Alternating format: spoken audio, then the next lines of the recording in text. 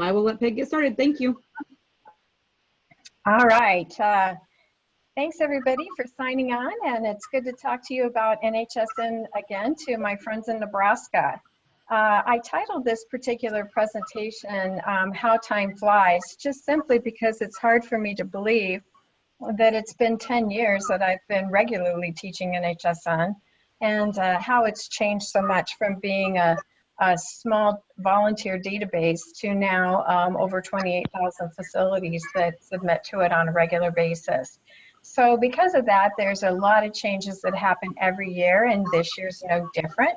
So I have a lot of slides and a lot of changes to talk about on what to do in order to get ready for 2020. So I'll get started. We're really going to look at what steps you need to take in order to set up the 2020 reporting year, and what significant changes that NHSN has made for 2020. We're going to talk about the definition changes so that you can accurately enter them, and to improve your surveillance of the patient safety component. Remember that NHSN is divided up into several components, and patient safety is the main one that our measures are in, and that's what we'll be talking about. And remember that NHSN is also divided into acute care, long-term care, that sort of thing. We'll only be talking about acute care, which the acute care hospitals, including the critical access hospitals, should use for surveillance. Getting some background noise there, Dina. Could you maybe mute some lines, please? All right, the first thing that we need to look at is the Patient Safety Annual Survey. That's the beginning point for 2020. Every year, NHSN asks you to do an overview of what your hospital looked like in 2019 so that they will know how to risk adjust the different measures within for 2020.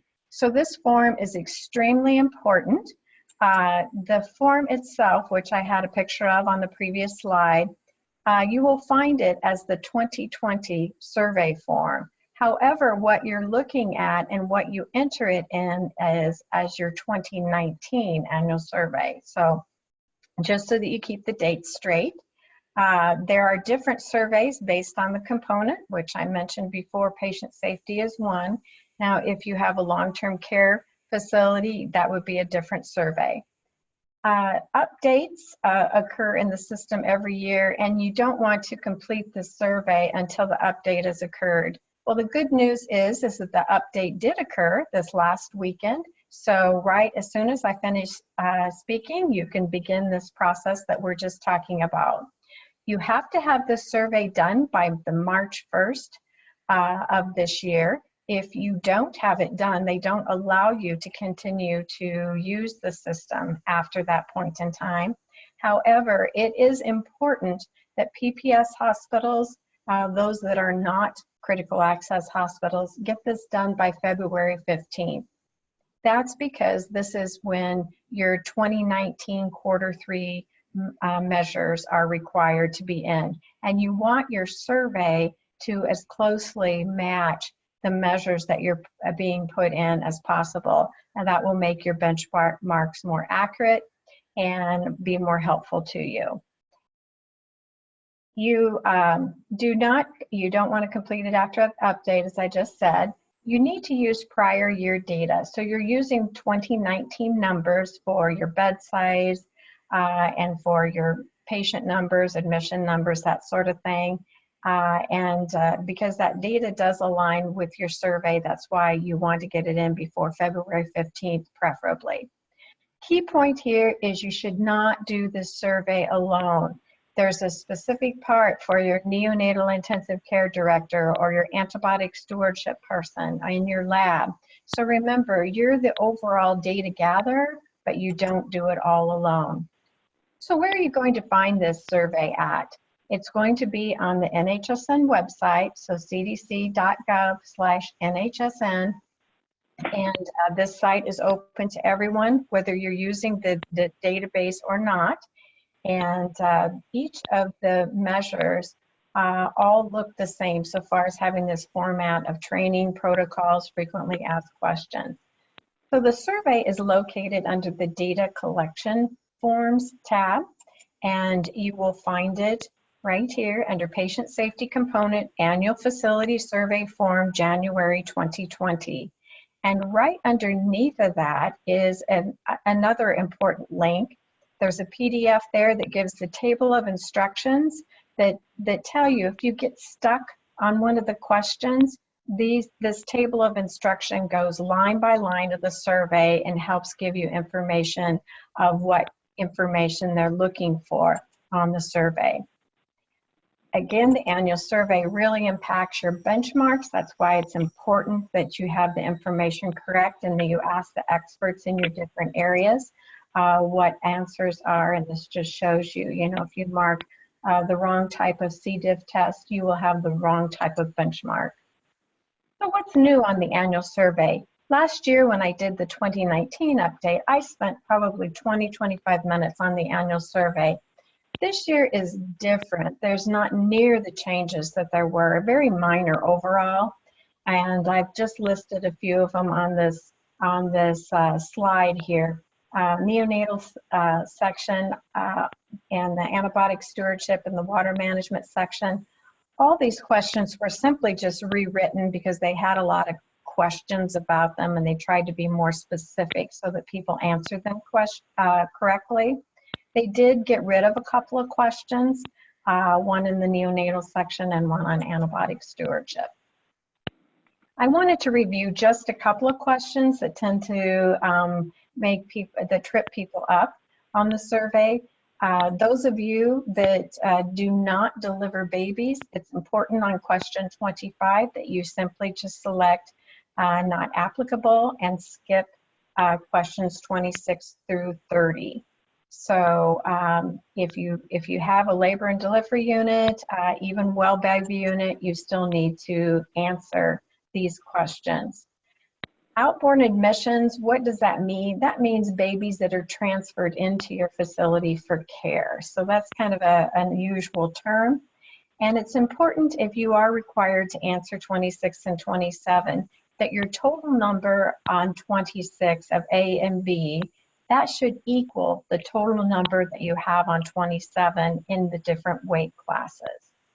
So remember, if you only have a level 1 nursery, which you only do well baby care, you would not, and you would enter 0 for these, but you still need to enter a number. Okay, what is a level 1 versus a level 2 nursery definition? I thought I would just lay that out for you so that if you had any question about that. Rooming in, I know that most people do this now, and so some hospitals I'm seeing don't even have a designated nursery area, but you still need to have a nursery in your locations if you do rooming in, because that is a patient care area, even though it's a part of the mother's room. And you do put in it and the nursery as a location, and the number of bassinets that you have would be your bed size. Inpatient rehab facilities, a lot of our hospitals have them.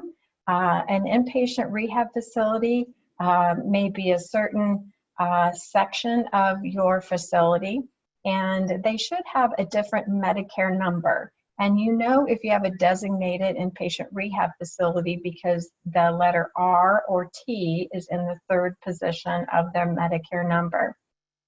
But what I wanted you to know is that you need to include those rehab beds, even though they have a different Medicare number on your annual survey, as part of your patient day and admission count, and also your bed size. And those beds would be included under number of beds set up and staffed in the following location types. You have ICU, and then your inpatient rehab facility beds would be under all other locations. So how do I enter my survey? You should have an alert button on your homepage when you first log in. If you've got it there, that's the easy way. Click the button and it takes you right to the survey. However, most of us need to use the blue bar, which should look familiar to you in the database, and you go to surveys and you click add, and then it will bring up this box here. You put in, if you have multiple facilities, you put in the type of facility that you're looking at, and then you put in, as you can see, it's abbreviation, facility survey, patient safety, and then you put in the survey year, remember, is 2019. So just as a reminder, it's the 2019 year. The admission and patient days are all 2019 numbers. And when you use bed count, it may not equal what you're licensed for. It's the number of beds that you're set up and staffed for only. And be sure to scroll to the bottom of the form and click Save.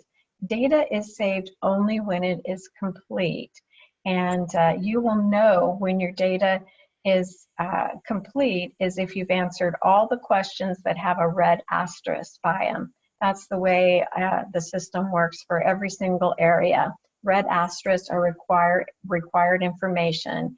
And so you have to have all those completed before it will save. So if you want to see last year's, since there isn't a lot of change, go to Select Surveys, and this time instead of clicking Add, click Find. And then you can put in for your 2018 survey, and it will bring it up, and you can print that off and see how you answered things previously. But make sure that you do update those questions, ask people if changes have been made. I do want to caution you, those of you that are PPS hospitals, if you edit a past survey after a submission date, your CMS data will not be changed to reflect your changes. So if you do it by February 15th and then submit your CMS measure data, change it between February 15th and March 1st, those changes will not be reflective of that data. So it's really important the PPS hospitals do it by February 15th and have it finalized by that day.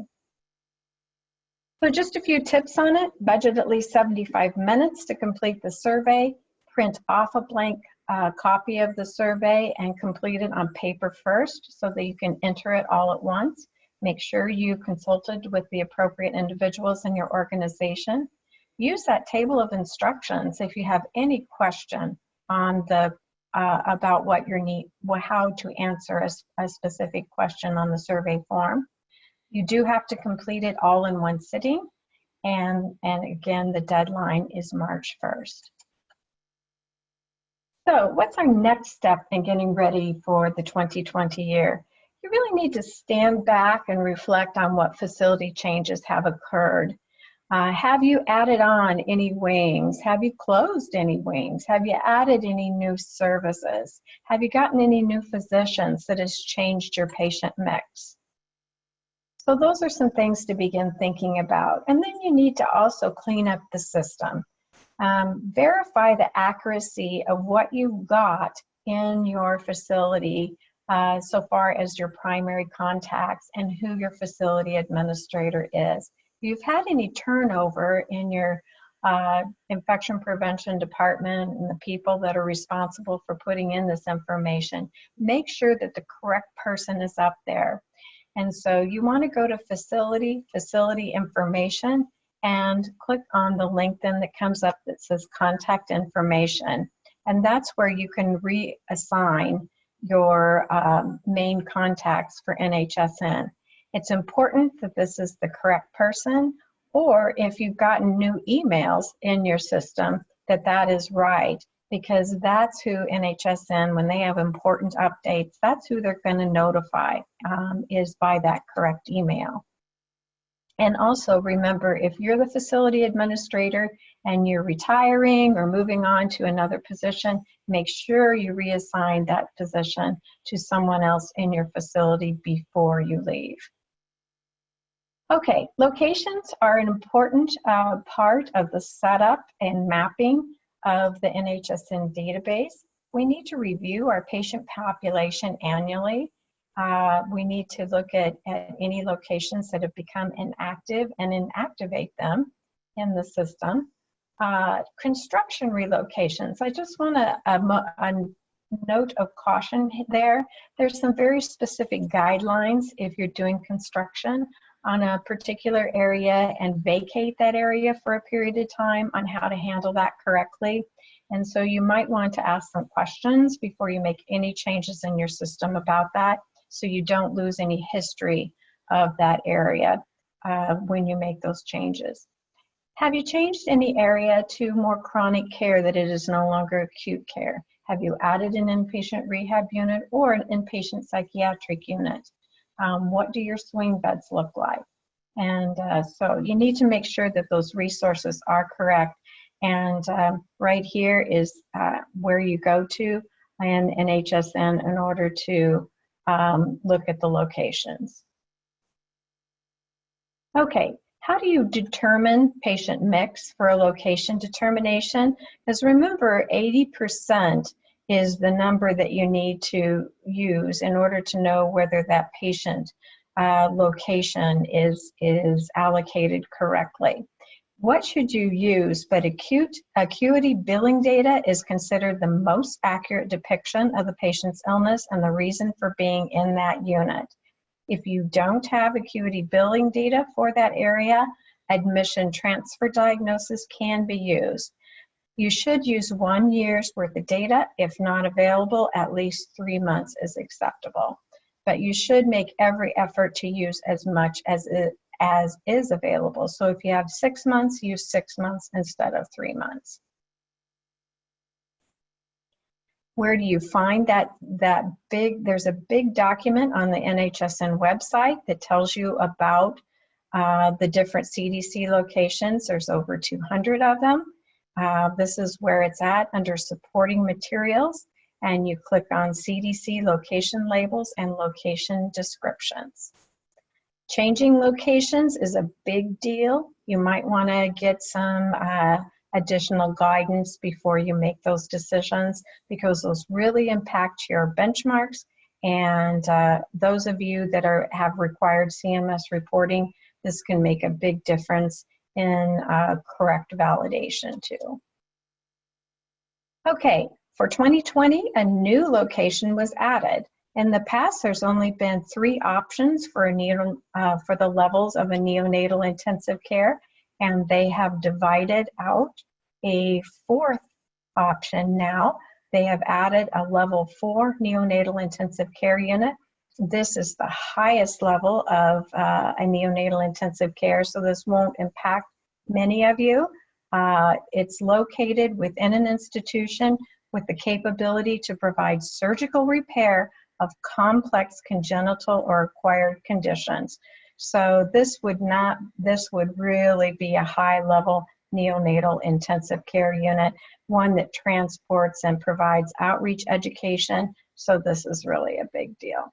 So this would be be very different type of neonatal intensive care, and we don't have many in Nebraska. Okay, key term that was added in that particular document is physician, and that's just to help clarify that when they talk about physician in the definitions, they're also talking about a physician assistant or a nurse practitioner.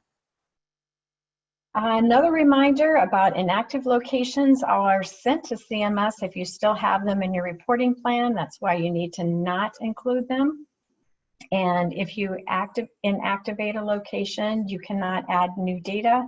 If you need to add new data, you need to open up, reactivate that location, edit it, and then close it again. So the next thing that we need to sit back and look at is, what am I going to report this year? And that should be a collaborative decision based on your state and federal requirements, discussions with your infection prevention committee, your risk assessment outcome. Any collaborative projects, such as the HEN project that you're working with, you want to make sure you're collecting the data they need, and also your facility strategic plan, so you can be helpful in your facility so far as meeting the goals that they have set forward.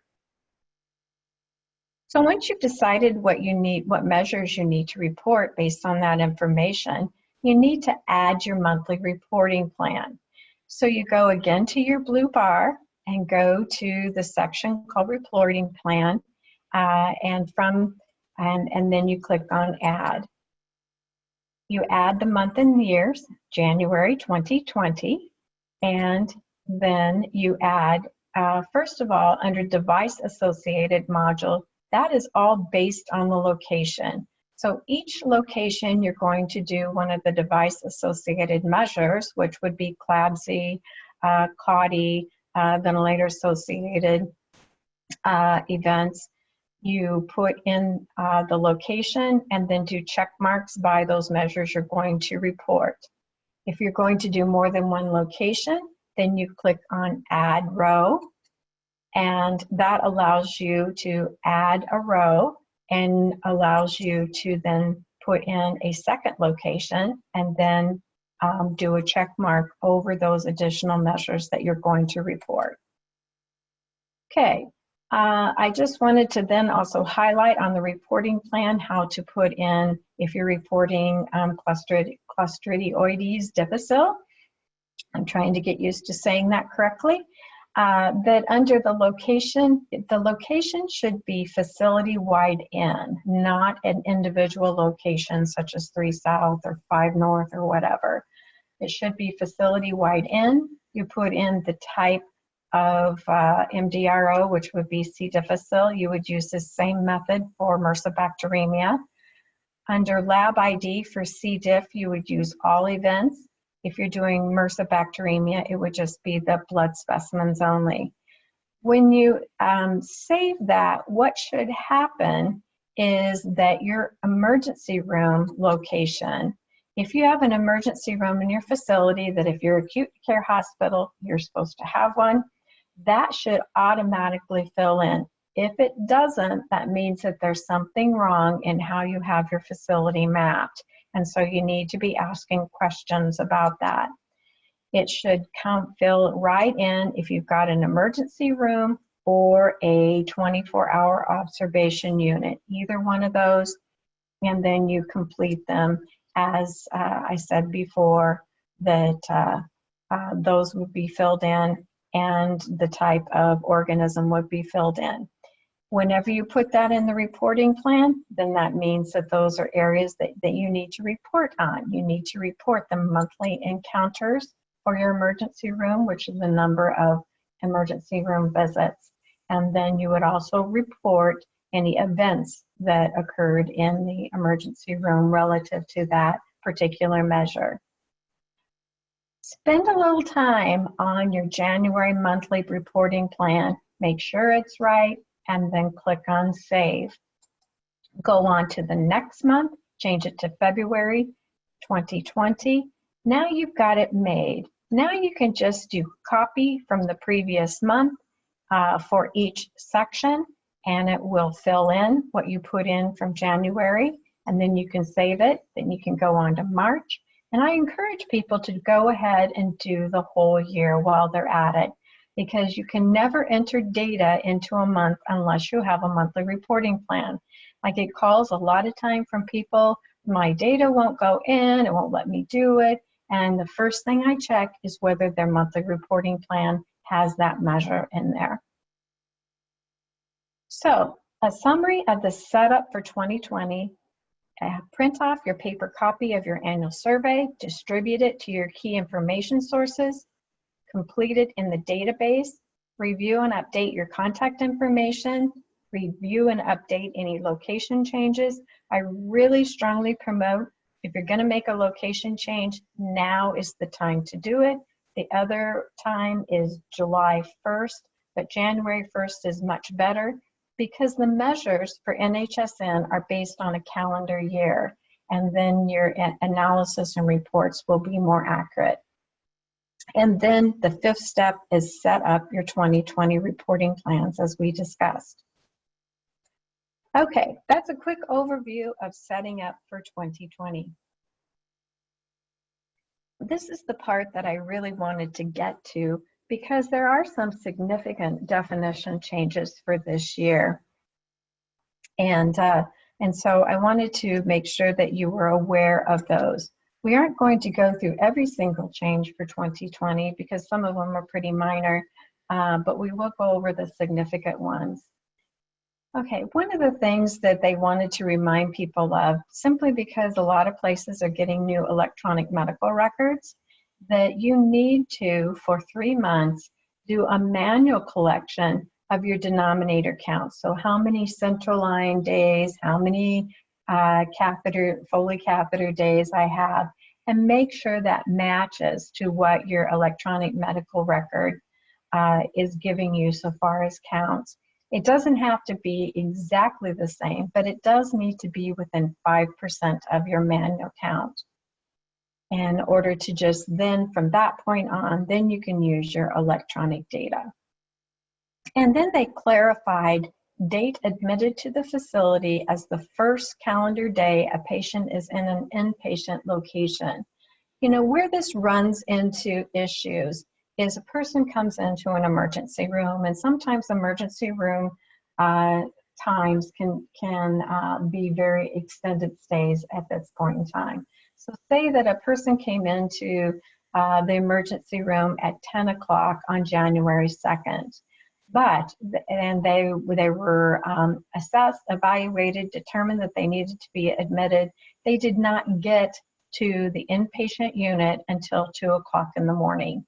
So their first calendar day, the first day that you would use as an admission, would be the January 3rd, not the January 2nd, even though they were in your facility the whole time. The rationale for that is that this whole system is based on risk. So the inpatient measures begin on when they have the risk of being around the same staff, the same equipment, the same environment that we're evaluating, and that's that inpatient location.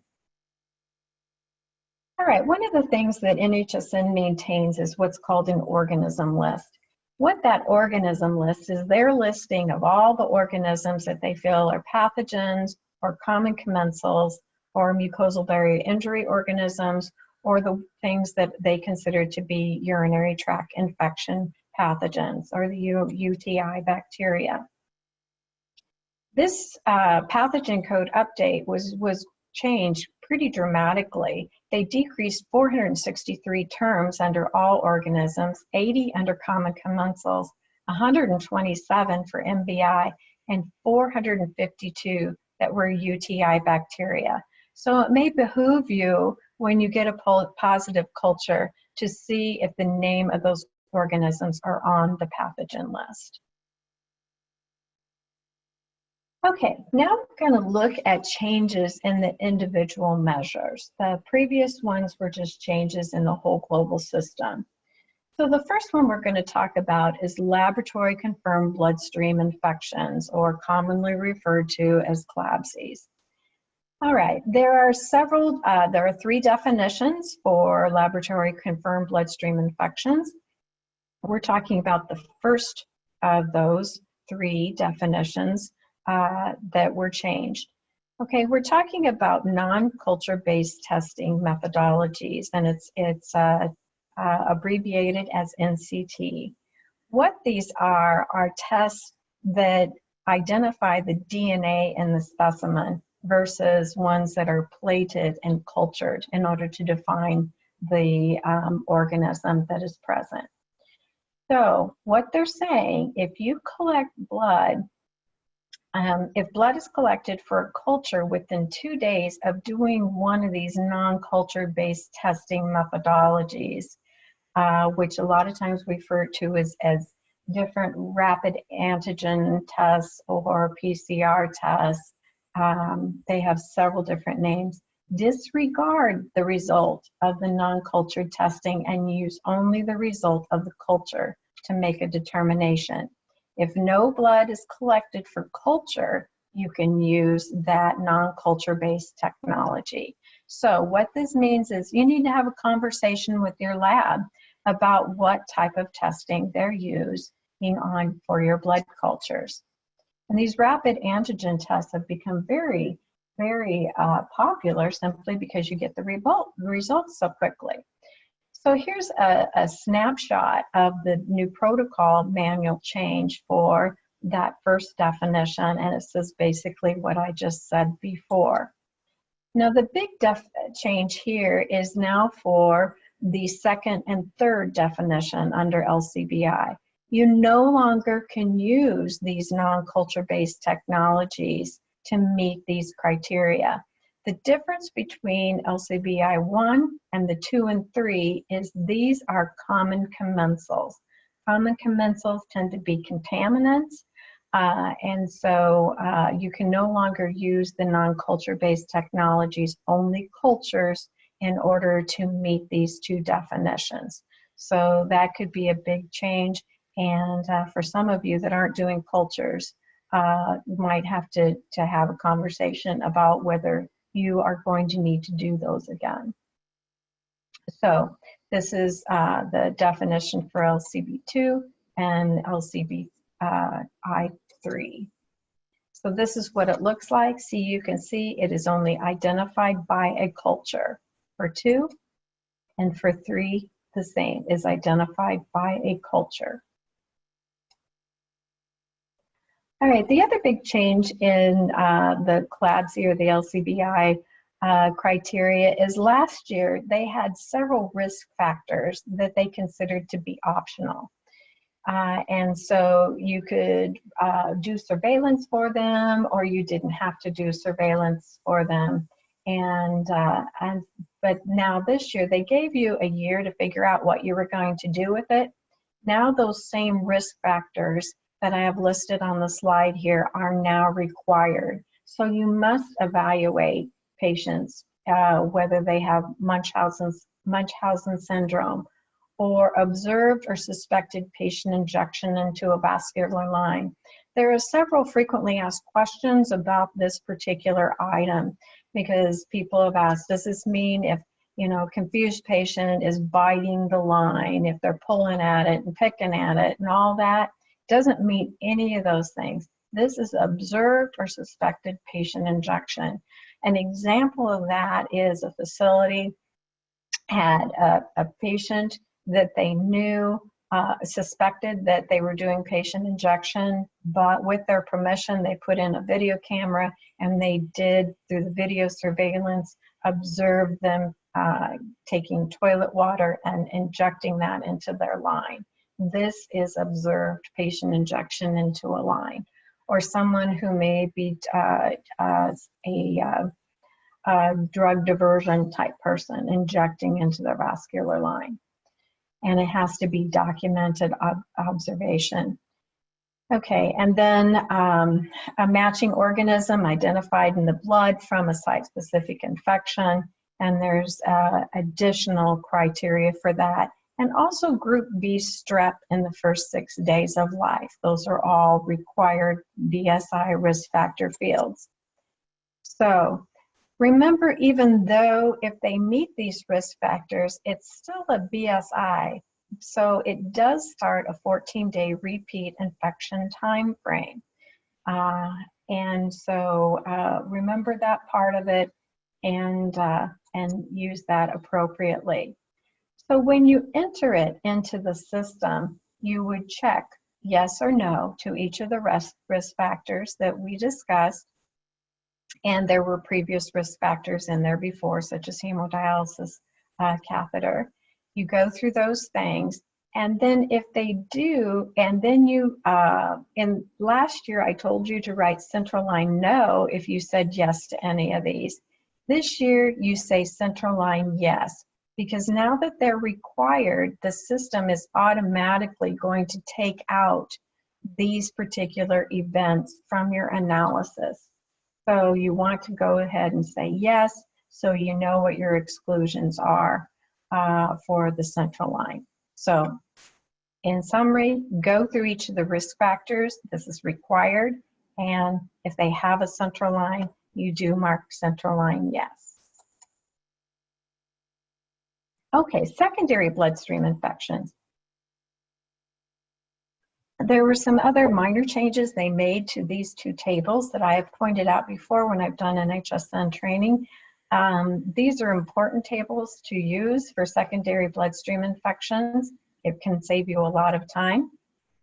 So the first, the big change of this that I wanted you to be aware of, simply because a lot of you report surgical site infections for knee prosthesis or for hip prosthesis, they made a change in the PJI-3 or the prosthetic joint infection, surgical site infection criteria.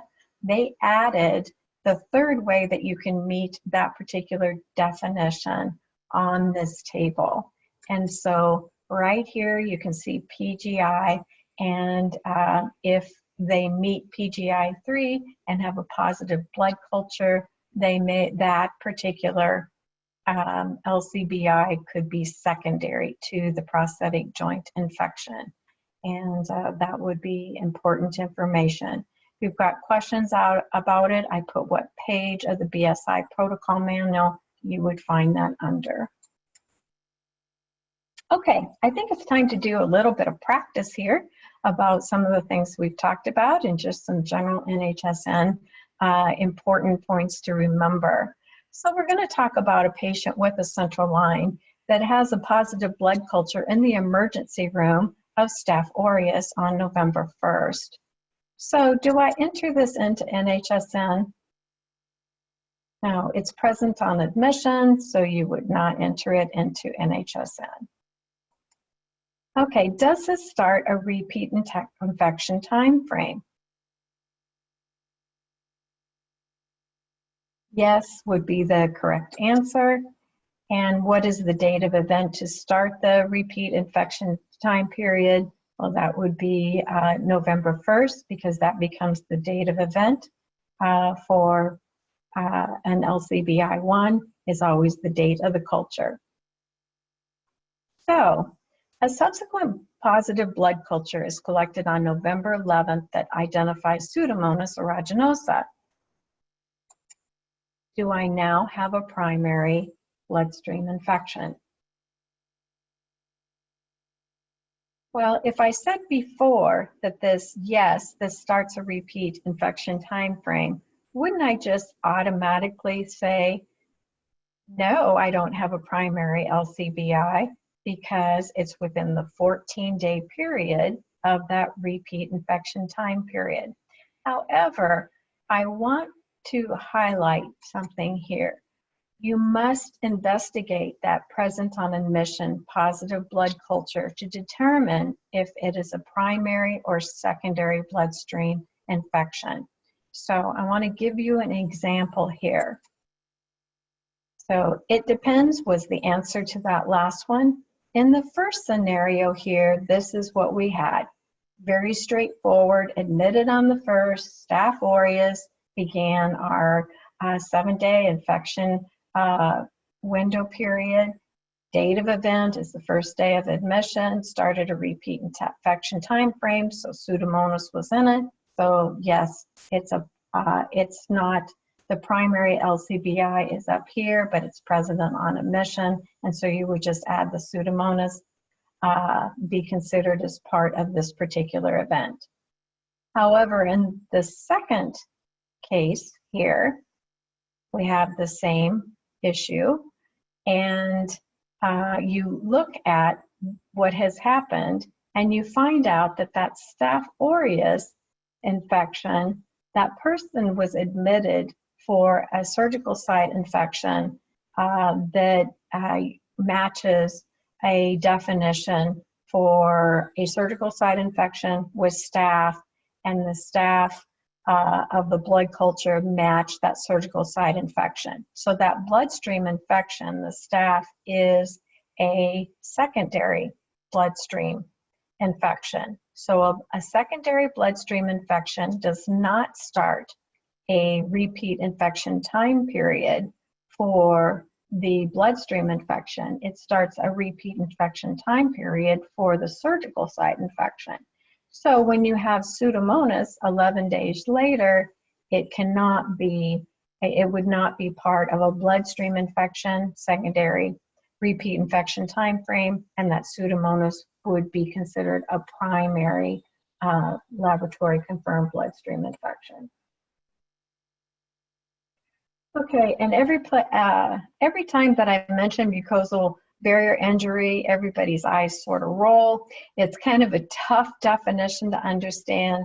And so I'm just going to quickly say, remember, you have to have a positive laboratory confirmed bloodstream infection before you even consider an MBI addition onto it. So it's a subset of LCBI, and it has additional criteria with it. Okay, so if you don't have an LCBI, stop, don't go any further with it. So what the change for 2020 that they wanted to evaluate, and those of you that don't do CLABSI, just kind of sit back a moment.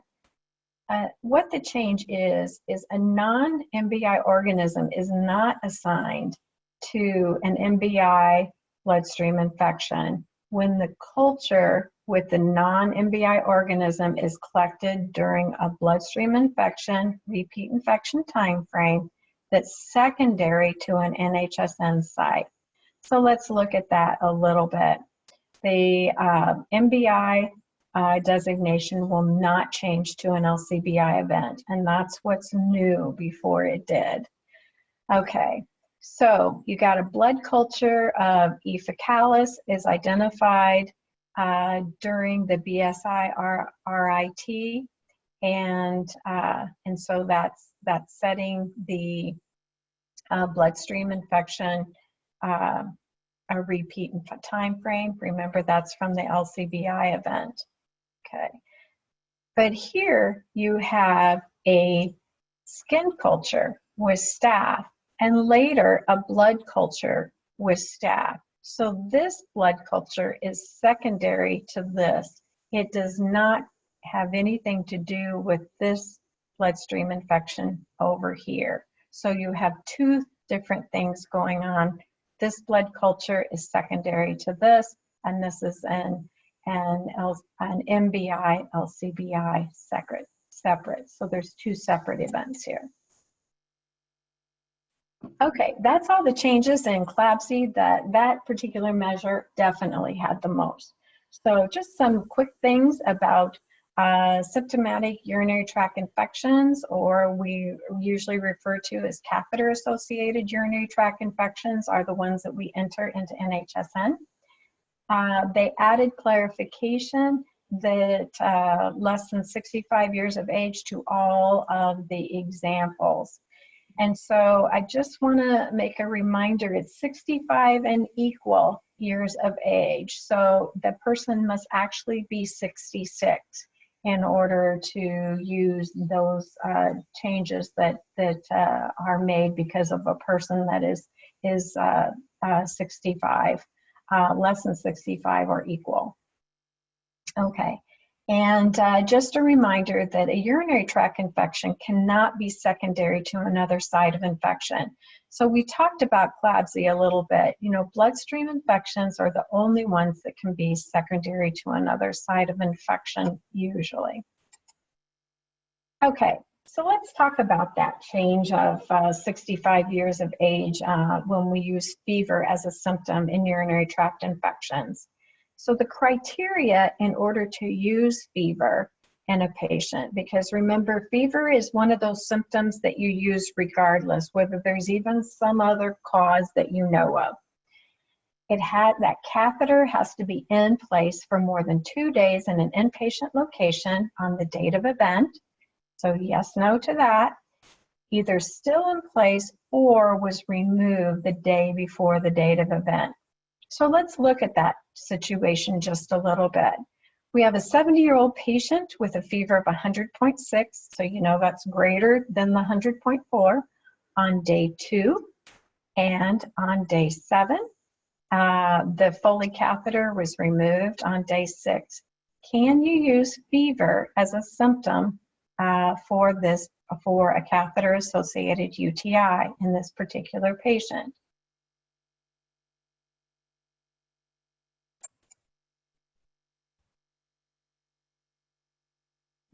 So let's look at that for just a minute.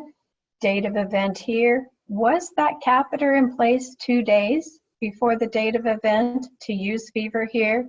No, you can't. So what is the date of event then? It would be the date of the culture, day 5. And so that makes the difference on whether this would be present on admission or not. And so that's why it's important to get this right, because the date of event would be day 5. Okay, let's practice another one. A 75-year-old with an indwelling catheter is admitted with pneumonia. A urine culture collected on day 4 grows Equivocal. Right back pain is noted in the medical record the day before, setting the date of event on day 3. Okay? So, is this a symptomatic UTI? 75-year-old, admitted with the catheter, urine culture collected on day 4, back pain on the day before, setting the date of event on day 3. So, when we look at it, catheter had been in 2 days and before our date of event. And so is this a SUDI? It would be. It had positive culture, had a symptom. So on hospital day 12, a blood culture which grows Equivocal and yeast is collected. So think back to our previous example when you've got a blood culture that matches another organism, when we're talking about secondary blood cultures. This is that situation, only this time the blood culture grows 2 things. It grows a matching organism and yeast. What do we know about yeast? First of all, it is not a uropathogen. And second of all, it's not a matching organism to anything that you have up here. So how do you handle this? Can this blood culture be added as a secondary BSI event? It's within that secondary BSI time frame. The Equivocal part of it can be a matching pathogen as a secondary BSI. So does it start a BSI repeat infection time frame? No, it does not. Remember, they don't. Secondary bloodstream infections do not start a repeat infection time frame. The only repeat infection time frame you have here is for your catheter-associated UTI. Nothing to do with the blood. So what do I do with the yeast? Not a uropathogen, doesn't match the other one. It must be investigated as a primary bloodstream infection. And then if it is a primary bloodstream infection, it then would start a 14-day repeat infection time period from the date of event of that culture that had the yeast. I brought up those scenarios simply because those are ones that I frequently see confusion on how to use those particular definitions. Okay, let's talk about C. diff a little bit. Remember they have renamed it to Clostridioides difficile, and they've changed that within the protocol. And they've also added Klebsiella aerogenes as an additional Klebsiella species. Okay, the part I wanted to get to on C. diff is this understanding of the analysis and what test you use to say that it is a positive toxin test for C. diff. I can tell you that I was not, with this clarification, this was new information for me too. So don't feel bad if you've had some different issues here. All right, the testing, you have to use the last test finding, which was new last year, and then the testing, but they clarify the testing must be on the same stool sample. Okay, what has happened over the last years? There was a guideline that promoted that at least 2 tests is, 2-step testing is a better way of doing C. diff testing because it's more accurate. So a lot of places have gone to that. So what they've had to do now is further clarify how you use two-step testing. And it's important that you write down, every quarter you are expected to put in what type of C. diff testing you're using. And that makes a big difference in your benchmark for C. diff. So what they've done is given a couple examples for clarifying what do we mean by last test. So here's an example at facility A. They use either NAAT, which remember is the same thing as like PCR, LAMP, there's several other names for it, or EIA, which is a simpler test for testing C. diff during the quarter. During that quarter, the facility used NAT testing 75% of the time and EIS 25% of the time. So what they would put on over here that they would check was that they use NAAT testing, and that is it. Okay, so let's go to further clarification on the last test. This is example 2, and this is where it's a big change. It's going to be a big change for those of you that are doing two-step testing. So if you do GDH, which says that Clostridium difficile is there, and then they check it for the toxin, which is the EIA test, followed by NAT or PCR for discrepant testing, then normally what people have put down is this particular test item. However, what they want you to do is this particular bullet. In a single quarter, GDH plus EIA was used in 55% of the tests.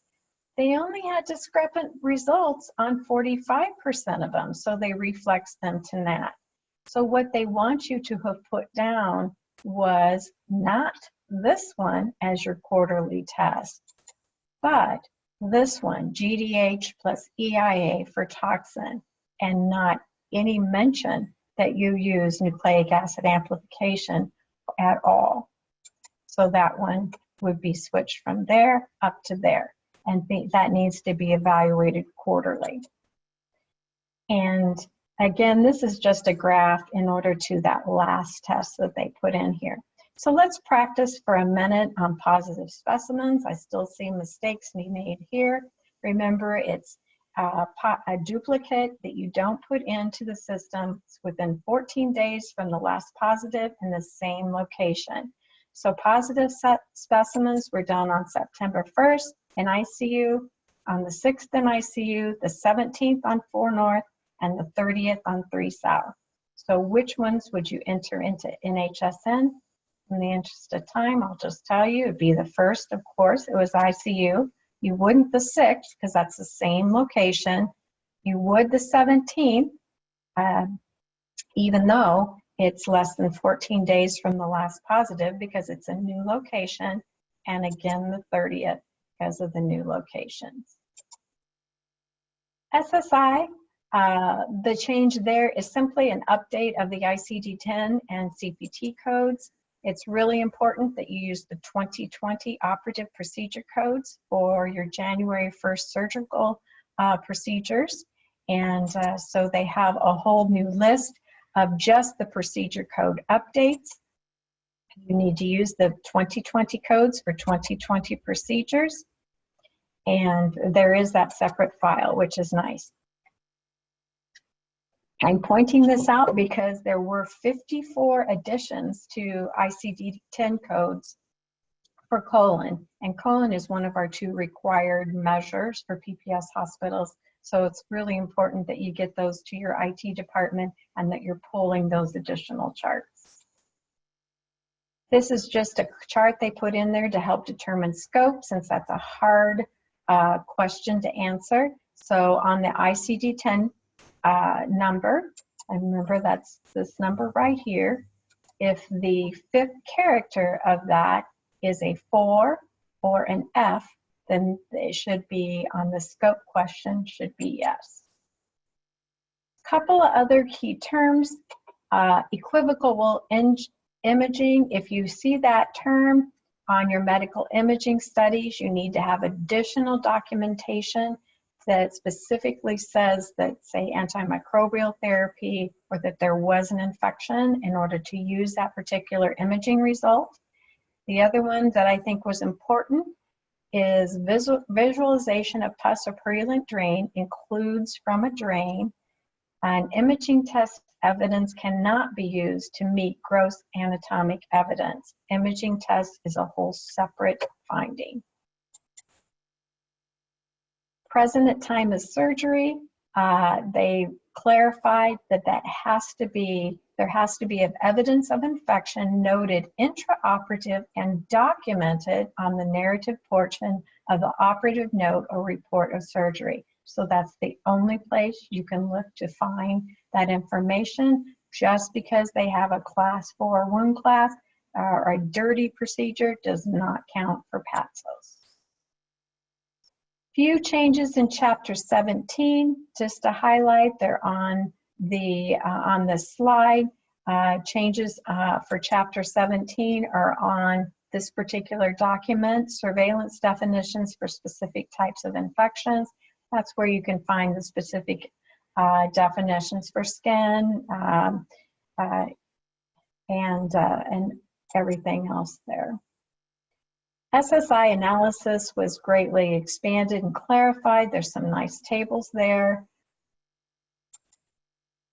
VAE, I'm not going to spend much time on. They added some antibiotics because many of you don't report that. Pneumonia, they did clarify when you have descriptors of many and numerous, they have used, they've defined these so far as the neutrophil count on what you would use. This is what I wanted to mention real quick here because I know we're running out of time. There's a new metric, and I think this is going to be huge for all hospitals. This really, with my background in CMS and quality improvement, really raised my eyebrows. Adjusted ranking metric is a reliability adjusted metric that's been used by CMS since 2007 for hospital 30-day mortality. There's been a lot of discussion within facilities, larger facilities that feel like it's not been equal playing ground in these measures since they're used for our pay-for-performance programs. And so if I have a crystal ball, I'm guessing that the SIR is going to be changed, that this ARM metric is going to be used in the pay-for-performance programs in another year. So NHSN is now calculating this for you so that you know what an ARM is. The lower your number, the better. And it's found under the TAP strategy dashboard on your blue bar now. It now says reliability adjusted ranking. What the difference is the numerator. The numerator is reliability adjusted, which means it's risk adjusted, and versus the standardized infection rate. That's how it's different. Here's just a table to show you what's different is, and why, if they change it, this is why. It is preferable for ranking facilities versus the SIR, which was never felt to be a fair measure, or ranking facilities one against another. And it is only calculated annually. It's going to look like this. And how you would interpret this particular graph right here.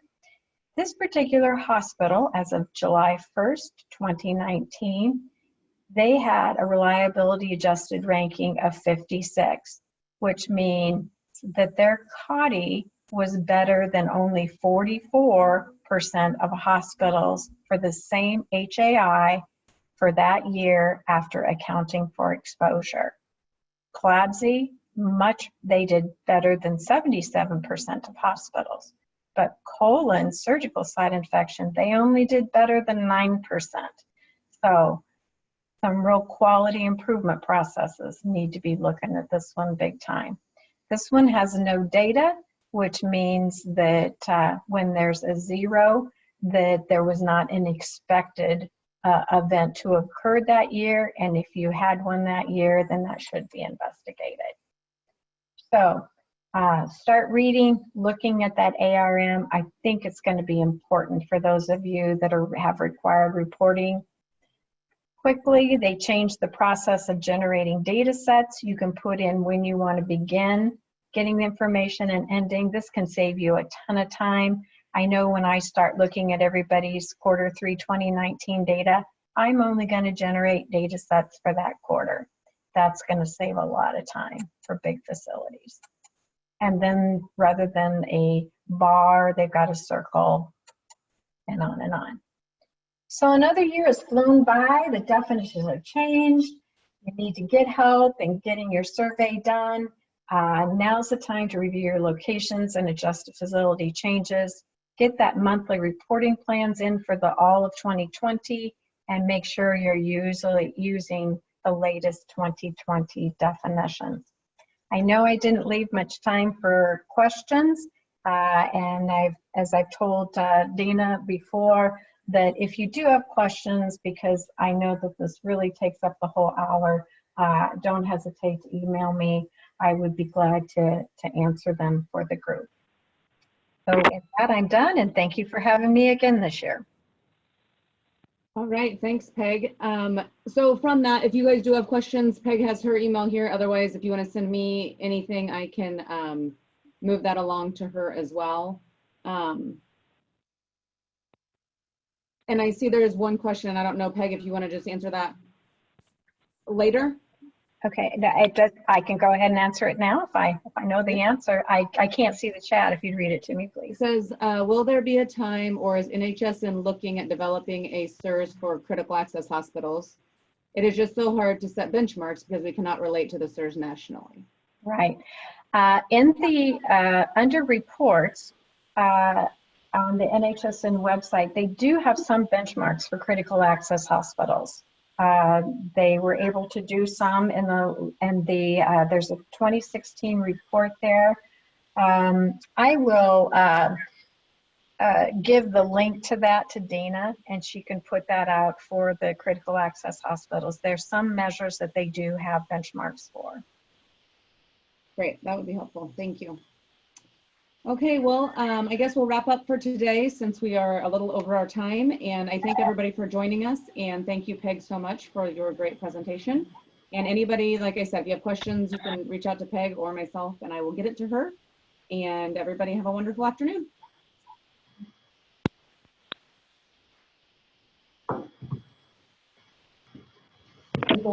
Zero infection, so you don't have to go through that process.